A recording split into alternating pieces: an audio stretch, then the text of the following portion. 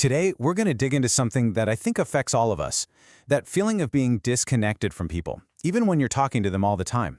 It all comes down to a skill we think we have, but honestly, very few of us have truly mastered it. We're talking about active listening. So let's just start with a really powerful question from the psychologist Dr. Carl Rogers. And I want you to take a real second to think about this. When was the last time you felt like someone wasn't just, waiting for their turn to talk, but was completely 100% present with you? And that question, well, it gets right to the heart of the problem, doesn't it? For so many of us, this is just our default setting. We're so busy cooking up our response, or thinking of a story that's kind of similar, or planning our comeback, that we completely miss what the other person is actually saying. It's a super common challenge, but man, it creates this huge gap in our relationships. So why is this so hard? Why is it so tough to just listen? Well, it's almost never about bad intentions. It's usually about these little unconscious habits we all have, these barriers that just get in the way. Let's take a look at what they are. Okay, looking at this list, I'm guessing a few of these feel pretty familiar. Distractions are the obvious one, right? There was this fascinating study that found that just having a phone on the table, even if it's off, degrades the quality of a conversation. Then you've got defensiveness, where we hear an attack instead of a feeling. And, the big one, trying to fix everything. Our first instinct is often to jump in with solutions, but so often our partner just wants to be heard, not fixed. And this is a perfect example of how our words build those barriers.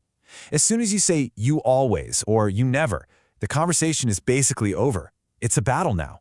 But look at the switch. If you shift to an I statement, like, I feel kind of ignored when the TV is on while we're talking, well, that's not an attack. That's an invitation. It's about your feeling, not their failure. All right, so we've identified the problems. But here's the great news. Active listening is a skill, and just like any other skill, you can learn it, you can practice it, you can get better at it.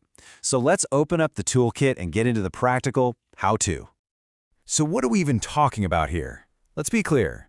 Active listening is not a passive sport. It's a full-body, full-mind activity. It means you're totally focused, you're actually understanding the message, you're responding thoughtfully, and, this is a big one, you actually remember what was said later. It's all about engagement, not just reception. Now, I know this might sound complicated, but we can really boil it down to 3 simple, manageable steps. First, undivided attention. That means the phone goes away, the TV goes off, you're facing the person. Step 2, reflect back what you heard. This one is a total game changer.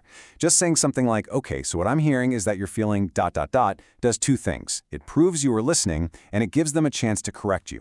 And third, ask open-ended questions. Not questions that can be answered with a yes or no, but things like, how did that make you feel, that invite them to say more. And a massive part of that first step, giving your attention, is all physical. Your body language is shouting messages long before you ever say a single word. Crossed arms can feel closed off. Looking at your phone feels dismissive. But leaning in a little, making eye contact, nodding along, all of that signals I'm here, I'm with you, you're safe. It creates the space for a real conversation. Okay, so we've got the mechanics down, the nuts and bolts, but now we're going to elevate this. We're going to go from a technical skill to something way more profound. The next level is listening with empathy, and this is where the magic of real connection happens. Here is the crucial shift in your mindset.